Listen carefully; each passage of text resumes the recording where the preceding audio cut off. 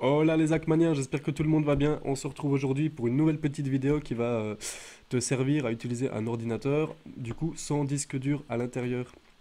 Pourquoi je fais ce tutoriel aujourd'hui? Tout simplement parce qu'on m'a ramené une machine, en fait je te montre. Donc ça c'est la machine qu'on m'a ramenée, c'est un petit Dell.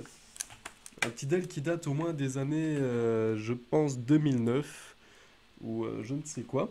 Donc comme tu peux le voir, j'ai rajouté de la RAM parce que ce PC vient de la casse, tout simplement. Donc il n'y avait pas de RAM, il n'y a pas de disque dur. Moi j'aimerais savoir si tout fonctionne, ventilateur, processeur, RAM. Et apparemment il y a deux cartes Wi-Fi dedans. Eh bien nous allons essayer ceci. Alors, je ne l'ai pas encore démarré, je n'ai rien fait du tout. Et afin de savoir si maintenant l'ordinateur démarre, vu que j'ai mis de la RAM, on va vérifier si l'écran n'a rien. Bon, évidemment, si l'écran est cassé, tu sais quoi, je mettrai quand même la vidéo parce que je serais bien passé pour un con. Alors, dis-moi que ça marche.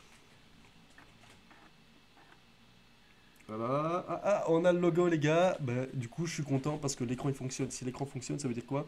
Qu'on va pouvoir tester les performances de l'ordinateur grâce à un système d'exploitation externe. Donc, par système d'exploitation externe. Je t'explique. Le but ici, ça va devoir d'être d'installer Linux ou Windows sur une clé USB ou un disque dur externe. Bon, moi personnellement, je te propose de faire ça sur la clé USB aujourd'hui. C'est une 32 Go. Ouais. Et du coup, pourquoi la 32 Go? Tout simplement parce que c'est une clé que je vais garder de côté au cas où il y a un de mes PC qui foire, étant donné que comme ça, j'aurais pas besoin de refaire la manipulation. Donc aujourd'hui, je vais te parler de plusieurs outils tels que Rufus USB qui va te servir à donc installer un fameux fichier qui est sur cette clé ou le disque dur externe qui va te servir à utiliser l'ordinateur sans avoir de disque dur. C'est le but. Bon, maintenant, il y a une deuxième utilisation en fait, hein. C'est tout simple, c'est l'utilisation d'un système d'exploitation externe. Pourquoi? Parce que si tu es un peu parano ou que tu as peur que quelqu'un fouille dans ton ordinateur parce que tu as des choses à cacher, tout simplement, ou je ne sais pas, moi, tu sais, des factures, ou ça peut être beaucoup de choses, hein, cacher si tu es un pirate. On va dire que ne garde pas tes fichiers sur ton PC, fous ça sur une clé ou sur un disque dur, tu vois.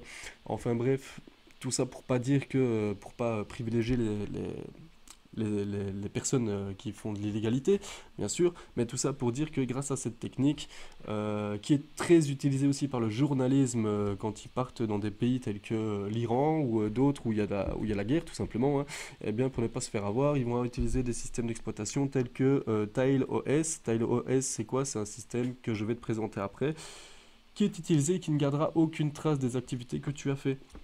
Tout simplement. Bon, après, l'OS ne va pas sauvegarder d'activités que tu aurais pu faire, mais n'oublie pas une chose, c'est que si tu veux rester totalement dans l'anonymat, va pas te connecter à Internet chez toi, parce que, voilà, même si ton OS est sécurisé, moi je peux je te le dis tout simplement, dans Tor, hein, qui est censé être sécurisé, eh bien la CIA ou le FBI, il y a quelques années, a déjà trouvé un exploit afin de récupérer les adresses des personnes, d'où beaucoup de marketplaces, hein, donc illégales, ont été fermés, tout simplement.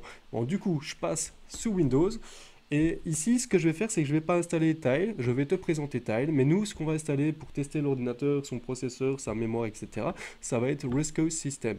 Ok? Allez, je passe sous Windows, je t'explique tout ça, comment ça marche. tails.net, tails.net. Ok, donc ça c'est le système d'exploitation que je te parlais tout à l'heure, que beaucoup de journalistes vont utiliser afin de ne pas se... Par exemple, tu sais, dans beaucoup de pays, si tu es journaliste, tu vas y aller, si tu te fais attraper, ils vont vérifier les informations que tu veux retirer dans un autre pays. Et bien grâce à ça, tu les auras déjà envoyées quelque part et ils ne pourront jamais les retrouver parce que la clé USB, tu l'auras peut-être jetée ou tu vois, un peu de tout et n'importe quoi. C'est des histoires banales qui se passent actuellement dans le monde, hein. On est bien chez nous, mais si on savait tout ce qui se passe partout, enfin bref, je t'ai présenté. T'as le site, tu veux le télécharger, tu peux avoir plus de renseignements pour l'avoir. Et voilà, c'est un OS que je te conseille aussi. Bon, alors pour pouvoir graver nos fichiers sur la clé USB, on va avoir besoin de Rufus que tu vas pouvoir télécharger ici. Hop, en 64 bits ou en 32 bits, moi je l'ai déjà préalablement. Pour te rendre sur Rufus, c'est rufus.ie/fr. Ok, donc tu vas le télécharger. Et moi, perso, ici, on va utiliser System Riscus pour voir ce qui se passe dans la machine ici, hein. Parce que, je te dis, je viens de la récupérer, donc on va déjà voir si le ventilateur il tourne, la RAM, etc. Bon, l'écran il fonctionne, c'est déjà bien. Ok, donc pour pouvoir télécharger le fichier, tu vas te rendre sur Download et tu vas prendre la première version MD 64 bits tout simplement. Une fois que tu l'auras, eh ben, tu n'auras plus qu'à aller le chercher dans tes fichiers. Tu vas utiliser un petit téléchargement. Tu vas le lancer en mode administrateur. Voilà, voilà. Ici, normalement, bah, tu vas mettre la clé USB, il va te la trouver. Hein. Hop, voilà, bah, voilà. Tu vois, je l'ai déjà installé, donc tu vas sélectionner ta clé USB. Ici, cliquer sur sélection, aller fichier, aller chercher ton ISO que tu as préalablement sauvegardé sur ton disque dur. Et puis faire démarrer, et après ça, il va te demander si tu veux formater ou pas ta clé. Moi perso, je formate toujours pour que la clé soit, pour que la clé USB soit toujours dans mon format. Et puis c'est tout. Voilà, allez, on se retrouve pour la suite et je vais connecter ceci au PC. Voilà, voilà, donc du coup, pour que tu vois les choses, je t'ai mis la caméra devant la clé USB. Je vais la retirer de son support et je vais la taper dans le PC. Hop, voilà. On va mettre là. Hop, ok. On va démarrer ça. Et on va faire F8 ou F12 pour rentrer dans le BIOS afin de pouvoir aller sur la clé USB pour démarrer. Et ici, à l'occasion, c'est F12. Ok, donc on a le menu du boot hein, pour savoir si on va aller sur le disque dur externe, donc l'USB ici en cas, ou le CD, ou démarrer par beaucoup d'autres options. Bon, personnellement ça fonctionne, hein. Donc ici on a directement les tests de la mémoire pour la RAM. On a un petit peu de tout qui est préinstallé. On va utiliser l'option de base et on va voir un peu à quoi ça ressemble.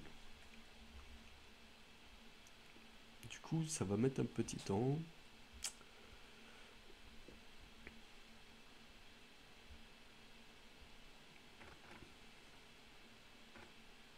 Bon, déjà, on voit que le driver graphique s'est mis en route, hein, parce que le texte a été affiché plus petit, en caractère normal. Je pense que c'est du 12 ou du 14.